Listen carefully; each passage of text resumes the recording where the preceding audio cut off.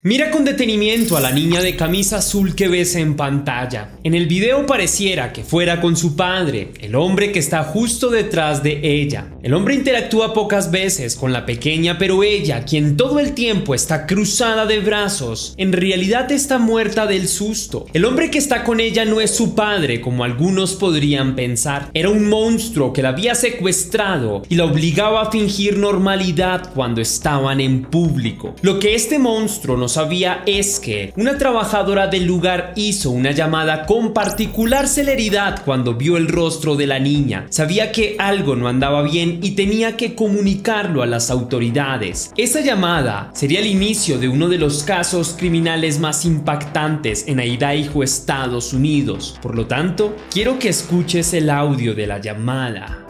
I've got a little girl here with a tall gentleman, and she looks so much like this Shasta, and we're not sure. I don't know. It's just awfully weird to me. The girl looks exactly like the little girl.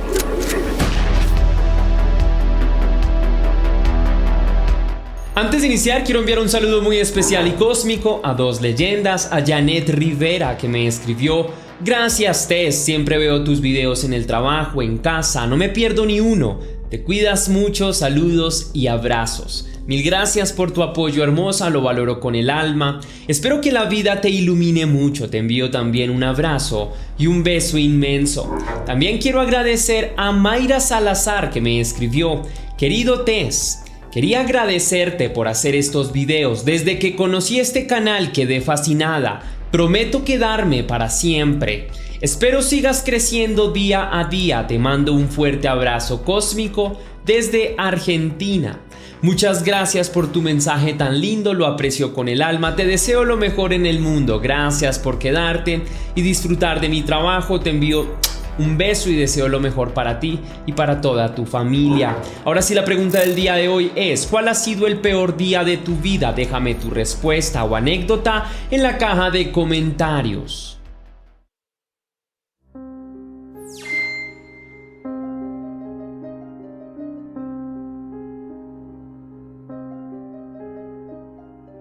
Corría el año 2005. Shasta Growney era una joven de 8 años y vivía en Idaho con su madre Brenda y su padrastro, un hombre llamado Mark Mackenzie. También tenían dos hermanos mayores, Slade de 13 años y Dylan de 9 años.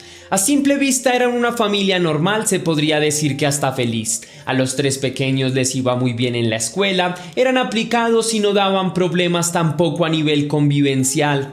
Brenda y su pareja tenían trabajos fijos, lo cual le permitía a la familia gozar de cierta estabilidad económica. Gracias a esto, a los chicos nunca les hizo falta nada. Pese a esto, los pequeños habían mantenido cierta distancia con su padre biológico, pues él era un hombre que vivía de manera sumamente desorganizada y tenía problemas tanto con el alcohol como con las sustancias ilícitas. A esto se le sumaba que era una persona incapaz de mantener un trabajo fijo y que vivía en condiciones bastante deplorables. La relación de Brenda con el padre biológico de sus hijos siempre había sido muy conflictiva, pues el sujeto nunca se había interesado realmente por las necesidades económicas de sus hijos y nunca había aportado económicamente para la manutención de ellos. A pesar de esto, Brenda, quien de igual forma quería que sus hijos no perdieran el contacto con aquel hombre, hacía todo lo posible porque los niños se vieran con cierta frecuencia con él. Pese a la buena disposición de Brenda, el padre de los chicos nunca se mostró interesado en mantener contacto con sus pequeños, pues siempre se mostraba evasivo y poco interesado en la vida de ellos. Al margen de estos pequeños problemas, toda la familia vivía tranquilamente. Mark se esforzaba en darles a los chicos todo lo mejor de él para que no echaran en falta a su padre biológico. Además, la situación económica mejoraba cada vez más y la familia disponía de piscina y un hermoso jardín en el que pasaban plácidas y alegres tardes mientras hacían diferentes tipos de actividades en familia. Brenda y Mark estaban muy unidos y se sentían cobijados por el amor de esta pareja.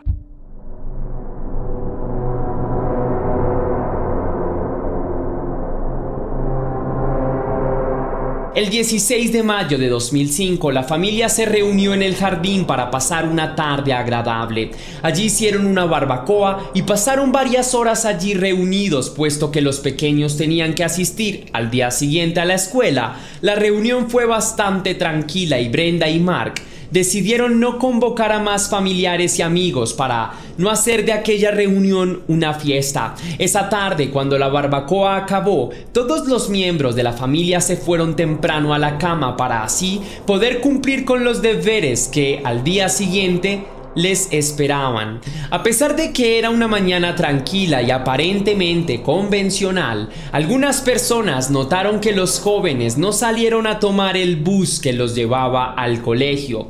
Esto en un principio no tendría por qué causar intrigas o sospechas. Lo cierto es que los autos de Brenda y Mark también permanecieron aparcados ese día frente a la casa. Algunos de los vecinos de la zona encontraron este comportamiento sumamente extraño y se acercaron para tratar de comunicarse con los adultos de la familia. Una vez se acercaron, notaron que en la puerta principal había sangre. Estas personas también se dieron cuenta que había sangre en las bancas y mesas de madera del jardín. Por esta razón decidieron llamar a la policía. Las autoridades llegaron hasta el lugar sin saber muy bien qué esperar. Una vez estuvieron en la casa de aquella familia, se encontraron con una macabra escena en la sala de estar. Desparramados en el suelo, habían 3 cuerpos rodeados de un enorme charco de sangre. El ambiente de aquella sala era claustrofóbico. Los oficiales no daban crédito a lo que veían sus ojos. Los cuerpos, como se pudo comprobar más tarde, eran de Brenda, Mark, Slade, el mayor de los 3 hijos de la familia, y tras hacer el levantamiento de los cuerpos y practicarles los exámenes forenses pertinentes, estos determinaron que las 3 víctimas habían sido asesinadas producto de múltiples traumatismos en la cabeza. Los golpes se habían hecho por un objeto contundente, presumiblemente un martillo. Los cuerpos de las 3 víctimas tenían golpes en todo su cuerpo, pero las lesiones mortales se habían producido en la cabeza. Las autoridades creían que de las 3 víctimas, el único que había tratado de defenderse había sido el chico, pues tenía varias señales que permitían concluir que había tratado de luchar por su vida antes de morir. Las autoridades incluso creían que los rastros de sangre encontrados en diferentes lugares eran de Slade, pues se creía que el chico había intentado huir de su agresor. Más tarde se comprobó que efectivamente la sangre pertenecía a Slade. Aunque de por sí lo sucedido ya constituía una enorme tragedia, las autoridades se enteraron de un dato bastante relevante. La familia estaba constituida por 5 integrantes. Los 2 restantes, Dylan y Shasta, de 8 y 9 años, no estaban por ningún lado. Habían desaparecido por completo y no había rastro alguno de ellos.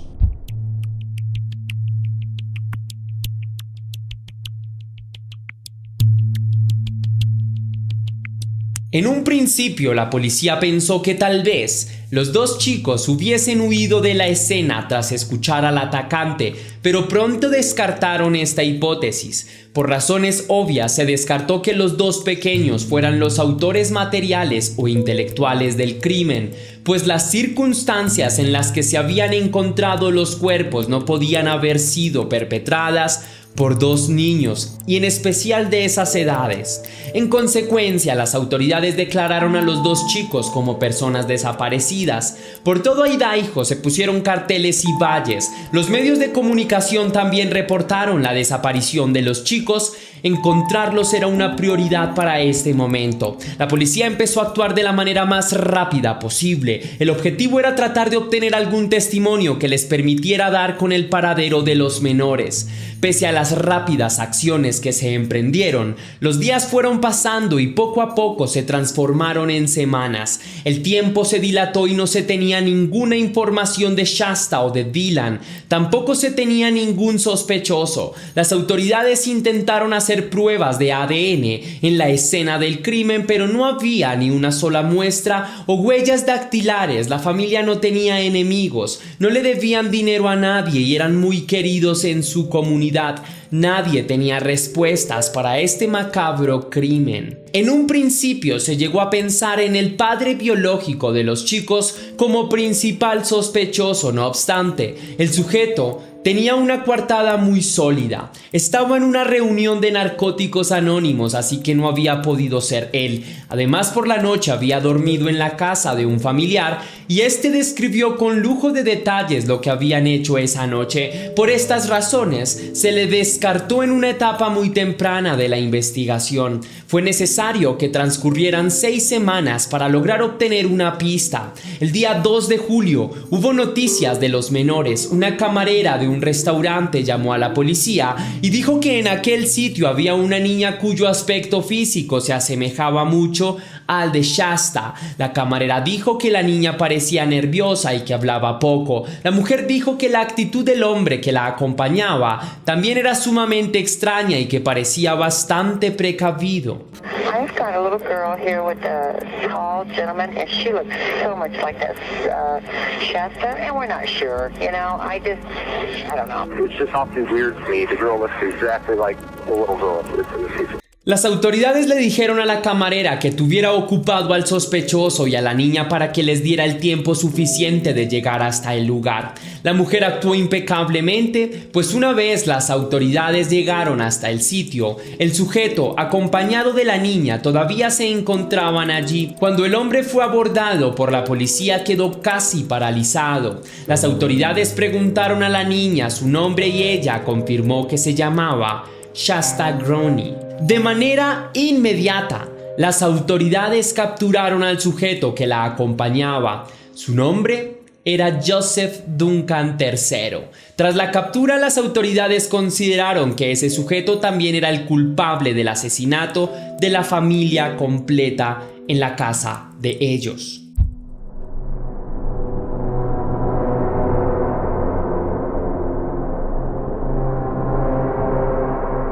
Tras la captura de este sujeto a muy pocos kilómetros de la casa de la familia de Brenda, muchas personas confesaron haber visto a Shasta en compañía del hombre mientras ambos frecuentaban sitios de comida o tiendas de diversa índole. Las personas no habían reportado nada porque creían que Duncan era el padre de Shasta. Gracias a estas confesiones, las autoridades lograron obtener registros de video en los que se ve al sospechoso acompañado de la pequeña. Asimismo, se logró determinar que el vehículo en el que el sujeto se movilizaba, una camioneta roja, había sido robada. En las posteriores declaraciones de Shasta se logró determinar qué había sucedido esa fatídica noche del 16 de mayo. Según el relato de la pequeña, esa noche ella dormía plácidamente en su habitación. De repente, ya bien entrada la noche, su madre entró bastante asustada y le dijo que un hombre había entrado a la casa y que tenían que tratar de salir. Shasta contó que su madre trató de llevarlos a ella y a Dylan afuera de la casa, pero una vez llegaron hasta la sala se encontraron con Duncan.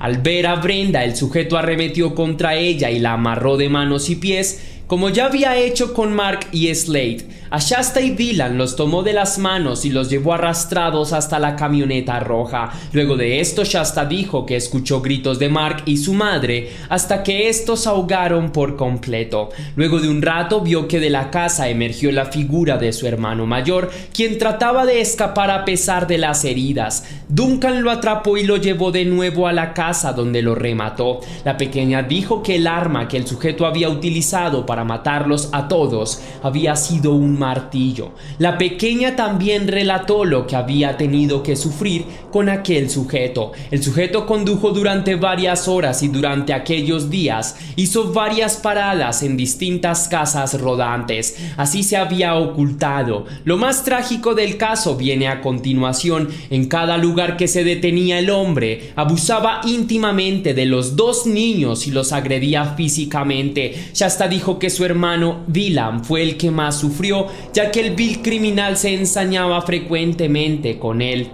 Duncan asesinó a Dylan luego de que el pequeño se negara a obedecer una orden que su agresor le había dado. El sujeto le disparó en 2 oportunidades y así le quitó la vida. Después de esto, Duncan le preguntó a Shasta si prefería morir por un disparo o estrangulada. La niña dijo que había elegido la segunda opción. El sujeto dudó en arremeter contra ella y mientras la ahorcaba, ella llamó a Duncan por su apodo Jet. Esto tuvo un efecto inesperado, pues el hombre se tranquilizó y empezó a tratar a la niña con más cuidado. En ese momento, Shasta supo que había logrado algo importante. Había encontrado un modo de controlar al sujeto y tenía que ser muy cuidadosa. Luego de este episodio, Duncan le propuso a Shasta volver a Idaho. La niña aceptó y al llegar a la ciudad vio su rostro y el de su hermano en múltiples vallas y carteles. Aprovechándose del terreno ganado con Duncan, le exigía que la llevara a almorzar, todo con la esperanza de que alguien la reconociera. Afortunadamente para ella, la camarera del restaurante sí lo hizo.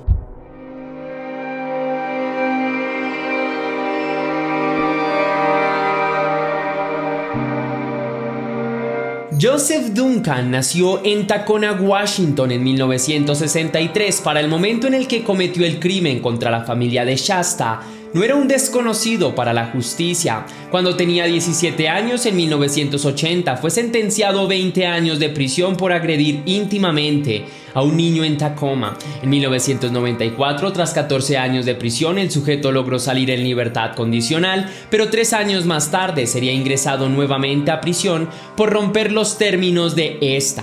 Duncan había pasado la mayor parte de su vida adulta en prisión y desde joven ya se perfilaba como un criminal en potencia. Cuando Duncan fue capturado por crímenes en contra de Shasta y su familia, se descubrieron nexos con otros crímenes. Las autoridades investigaban al sujeto como autor material de otros 3 asesinatos. Estos asesinatos se habían producido en el periodo en el que Duncan había estado en libertad condicional entre 1994 y 1997. Los 3 involucraban a menores de edad. Uno de ellos se había producido en California y los otros 2 en la ciudad de Seattle. Aunque las autoridades creían firmemente que el sujeto era culpable de todos los crímenes, solo se encontraron evidencias suficientes para inculparlo por el crimen del niño en California. Luego de que el pasado de Joseph Duncan III fuera divulgado por los medios de información, el sujeto se tuvo que enfrentar a un juicio mediático y seguido en todos los Estados Unidos. Por el asesinato y secuestro de las 3 víctimas de la familia Groening, fue sentenciado a 6 cadenas perpetuas. Por el secuestro a Shasta y Dylan y el posterior asesinato del menor, fue sentenciado a 3 penas de muerte y 3 cadenas perpetuas. Por último, en el estado de California fue hallado culpable por el asesinato de un niño llamado Anthony Martínez, por el cual fue sentenciado a 2 cadenas perpetuas. Ante esta enorme cantidad de sentencias, se esperaba que Joseph Duncan III cumpliera con la condena más grave de todas, es decir, la pena de muerte. Para tristeza de muchas personas, el hombre no tuvo que cumplir con esta pena, aunque luego de su sentencia tuvo que pasar sus días en el corredor de la muerte y en el año 2020 fue diagnosticado con glioblastoma, un tumor que afecta el cerebro. Tras someterse a una cirugía en ese mismo año que no salió de la mejor manera, falleció el 28 de marzo de 2021 a sus 58 años de edad.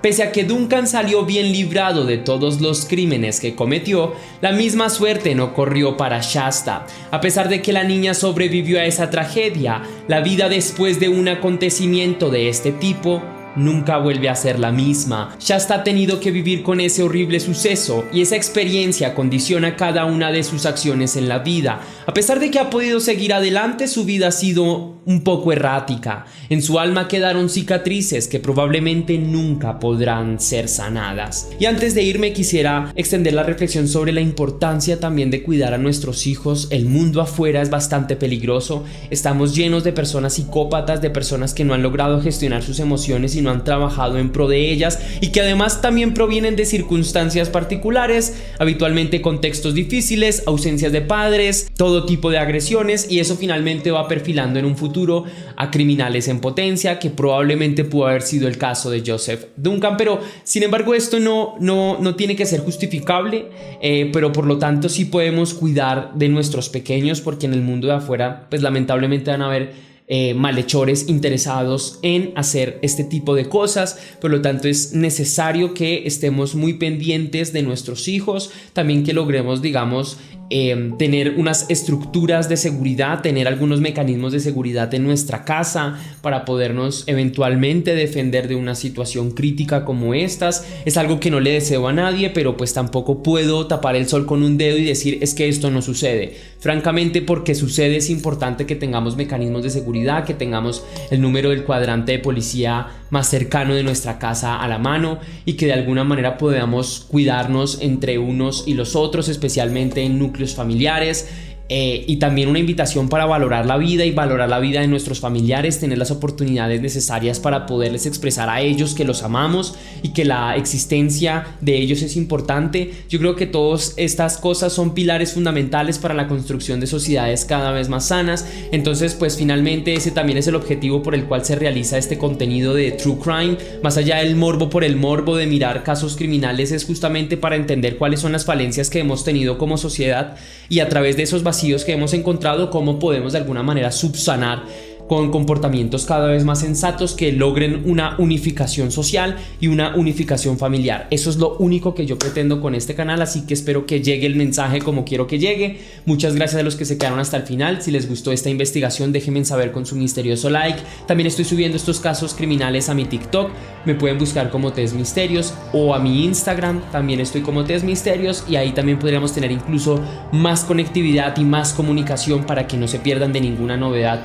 en relación a Tess Misterios. Ahora sí, sin nada más que añadir, recuerda que si quieres hacer una pequeña donación para la producción de Tess Misterios, lo puedes hacer de dos formas distintas: con el botón de super gracias que se ubica allá abajo, o con botón vía PayPal, ya que tienes el link en la descripción y en el comentario fijado. Si lo haces de cualquiera de estas dos maneras, recibirás un agradecimiento personalizado y un saludo de mi parte para un próximo video. Ahora sí, sin más que añadir por hoy, querida leyenda, recuerda que las dudas te acompañan, que somos misterio y que tú y yo nos vemos en un próximo caso.